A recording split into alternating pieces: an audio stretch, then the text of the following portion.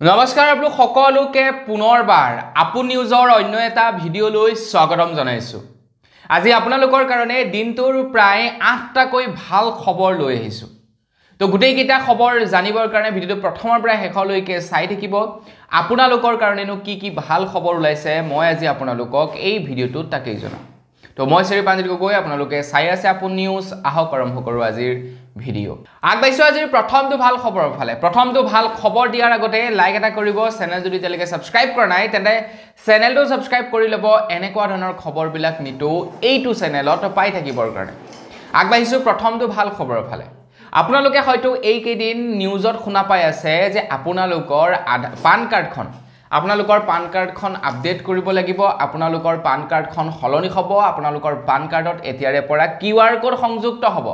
এই খবৰটো হয়তো আপোনালোকে নিশ্চয় এই কেইদিন নিউজত শুনা পাই আছে। আপোনালোকে যদি মোৰ দ্বিতীয়টো চেনেল টিকে মাইন ফলো কৰে তেন্তে হলে তাতো আপোনালোকে খবৰত হয়তো পাইছে যে পান কাৰ্ড এতিয়া আপোনালোকে আপডেট কৰিব লাগিব। এতিয়া পান কাৰ্ড আপডেট কৰিবৰ কাৰণে পইচাৰ প্ৰয়োজন হয়। পান কাৰ্ড বিনামূলীয়াকৈ কিন্তু বনাব নোৱাৰি। এতিয়া আপোনালোকে কি পইচা খৰচা কৰি আপোনালোকৰ পুনৰ পান কাৰ্ড আপডেট কৰিব লাগিব নেকি? কিন্তু ইনকম টেক্স ডিপাৰ্টমেন্টৰ ফালৰ পৰা এটা ভাল খবৰ ঘোষণা কৰিছে। ইনকম টেক্স ডিপাৰ্টমেন্টে কৈছে যে আপোনালোকে পইচা দি পান কাৰ্ড আপডেট কৰিব নালাগে, যাৰ বাবে নেকি ইনকম টেক্স ডিপাৰ্টমেন্টে প্ৰায় 1400 কোটি টকা ধাৰ্য কৰিছে বুলি জনাইছে। প্ৰায় 1400 কোটি টকা খৰচা কৰিব আপোনালোকক পান কাৰ্ড প্ৰদান কৰিবৰ কাৰণে।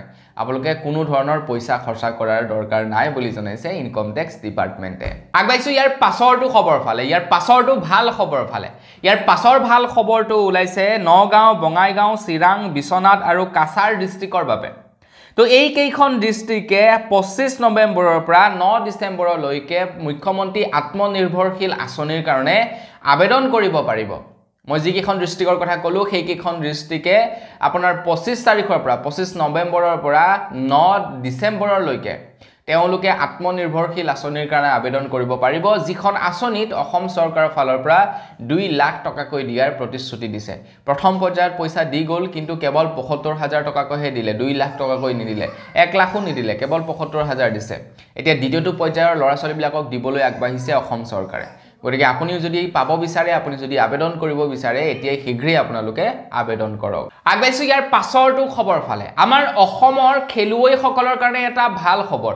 আমাৰ অসমত প্ৰথমবাৰৰ বাবে হ'বলৈ গৈ আছে পেৰা স্পৰ্টছ মিট, যিটো 27 নৱেম্বৰৰ পৰা অনুষ্ঠিত হ'ব আৰু প্ৰাইড ইষ্ট এণ্টাৰটেইনমেণ্টৰ সহযোগত এই পেৰা স্পৰ্টছ মিট আয়োজন কৰা হৈছে। এই পেৰা স্পৰ্টছ মিট প্ৰায় 3 দিন ধৰি চলিব, মানে 27, 28, 29লৈকে চলিব।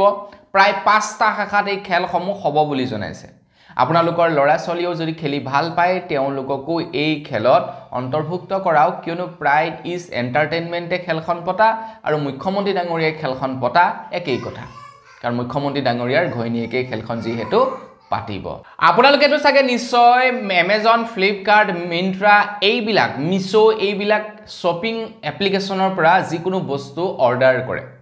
আপোনালোকে যেতিয়া নেকি ফ্লিপকাৰ্ট, মিছোৰ পৰা বস্তু অৰ্ডাৰ কৰে তেতিয়া বহুত দিন লগাই দিয়ে বস্তুটো আপোনাৰ ওচৰত ডেলিভাৰ্ড কৰোঁতে।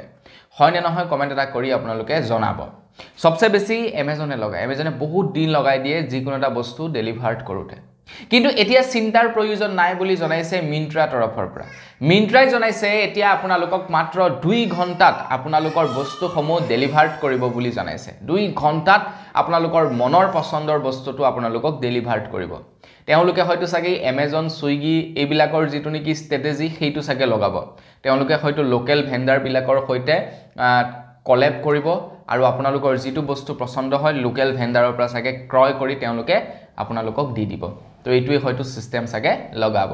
আগবাইছো ইয়াৰ পাছৰটো ভাল খবৰ ফালে। ইয়াৰ পাছৰ ভাল খবৰটো ওলাইছে হোৱাটছআপৰ ওপৰত।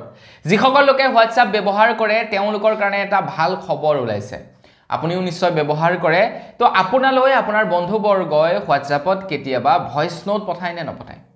সকলোবিলাক ভইচ নোট সকলোৰে মাজত শুনিবৰ কাৰণে বিৰাটেই অকণমান অসুবিধা লাগে, হয়নে নহয়? তো সেইবাবে আপোনালোকক এতিয়া হোৱাটছআপে এটা ফেচিলিটি দিব। আপোনালৈ যদি কোনোবাই ভইচ নোট পঠায় সেই ভইচ নোটটো আপোনালোকে টেক্সটলৈ কনভাৰ্ট কৰিব পাৰিব বুলি জনাইছে। মানে আপোনালোকে মেছেজলৈ কনভাৰ্ট কৰিব পাৰিব আৰু সেইটো আপোনালোকে পঢ়িব পাৰিব। সেই ফেচিলিটি এতিয়া হোৱাটছআপৰ AI ৰ জৰিয়তে প্ৰদান কৰিব বুলি জনাইছে খুব সোনকালে আপোনালোকে সেই ফেচিলিটি লাভ কৰিব আগবাইছো ইয়াৰ পাছৰটো খবৰ ফালে ইয়াৰ পাছৰ খবৰটো ওলাইছে আমাৰ ভাৰতৰ বিজনেছমেন সকলৰ কাৰণে ভাৰতৰ বিজনেছমেন সকলৰ কাৰণে এটা ভাল খবৰ যিসকল লোকে বিজনেছ কৰিম বুলি ভাবে তেওঁলোকৰ কাৰণে এটা ভাল খবৰ ওলাইছে আমাৰ ভাৰত চৰকাৰৰ ফালৰ পৰা জনাইছে ভাৰতৰ প্ৰায় 12খন চিটিক এতিয়া ঔদ্যোগিক স্মাৰ্ট চিটিলৈ ৰূপান্তৰ কৰিব বুলি জনাইছে ঔদ্যোগিক স্মাৰ্ট চিটিলৈ ৰূপান্তৰ কৰিব যাৰ কাৰণে ভাৰত চৰকাৰে প্ৰায় 28,000 কোটি টকাৰ ইনভেষ্টমেন্ট কৰিব বুলি জনাইছে প্ৰথম অৱস্থাত আমাৰ ভাৰতবৰ্ষৰ প্ৰত্যেকখন ষ্টেটৰ মানে চিটিকে এই আঁচনিখনে হাঙুৰি নলয় বৰ্তমান সময়ত দিল্লী মুম্বাই হায়দৰাবাদ এনেকৈ প্ৰায় 12খন চিটি সামৰি লৈছে এই আঁচনিয়ে লাহে লাহে ভাৰতৰ প্ৰত্যেকখন ষ্টেটৰ প্ৰত্যেকখন ডাঙৰ ডাঙৰ যিবিলাক চিটি আছে যেনে গুৱাহাটী মহানগৰী অসমৰ যেনেকৈ ৱেষ্ট বেংগলৰ কলকাতা তো তেওঁলোকৰ ডাঙৰ ডাঙৰ যিবিলাক চিটি আছে সেই চিটিবিলাকক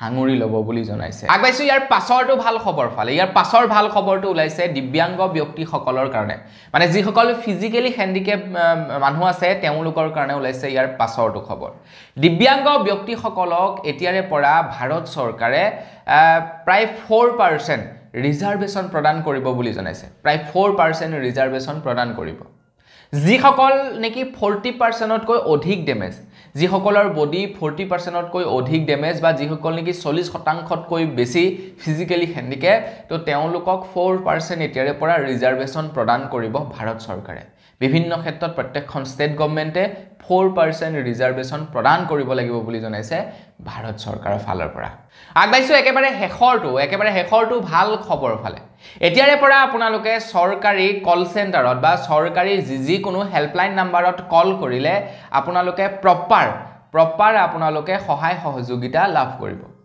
এতিয়াৰে পৰা আমাৰ ভাৰতবৰ্ষৰ যিবিলাক নেকি কল মানে টোল ফ্ৰী নাম্বাৰ আছে ভাৰত চৰকাৰৰ যিকেইটা টোল ফ্ৰী নাম্বাৰ আছে সেই টোল ফ্ৰী নাম্বাৰ সমূহ এতিয়াৰে পৰা কি হ'ব প্ৰাইভেট কোম্পানীত গৈ কলটো লাগিব মানে আগতে কি হয় আমাৰ ভাৰত চৰকাৰৰ কোনো হয়তো মানুহ থাকে তেওঁলোকে কল চেণ্টাৰত বহি থাকে আৰু তেওঁলোকে আপোনালোকৰ কলসমূহ পিক কৰে যেতিয়া আপোনালোকে কিবা কমপ্লেইন কৰিবলৈ কল কৰে এটা তেওঁলোক হৈ গৈছে চৰকাৰী মানুহ তো তেওঁলোকে কাম কৰিলেও দৰমহা পাব নকৰিলেও দৰমহা পাব সেই কাৰণে আপোনালোকক বৰ ভালদৰে সহায় সহযোগ নকৰে কিন্তু এতিয়া ভাৰত চৰকাৰে কি কৰিছে প্ৰায় 1000টা কল চেণ্টাৰ কোম্পানীৰ সৈতে পাৰ্টনাৰশ্বিপ কৰিছে আৰু তেওঁলোকক দায়িত্ব প্ৰদান কৰিছে ভাৰতৰ যিমানবিলাক হেল্পলাইন নাম্বাৰ আছে হেল্পলাইন নাম্বাৰৰ কলসমূহ তেওঁলোকক পিক কৰিবৰ কাৰণে এতিয়াৰ পৰা তেওঁলোকে পিক কৰিব আৰু প্ৰাইভেট কোম্পানী বুলি ক'লে আৰু তেওঁলোকৰ এইটো থাকিব যে কাস্টমাৰে কিমান স্যাটিসফ্যাকশন হৈছে কাস্টমাৰে ভাল সাৰ্ভিস পাইছে নাই পায় এইটোৰ ওপৰত তেওঁলোকে গুৰুত্ব আৰোপ কৰিব গতিকে এতিয়াৰে পৰা আপোনালোকে হেল্পলাইন নাম্বাৰত কল কৰিলে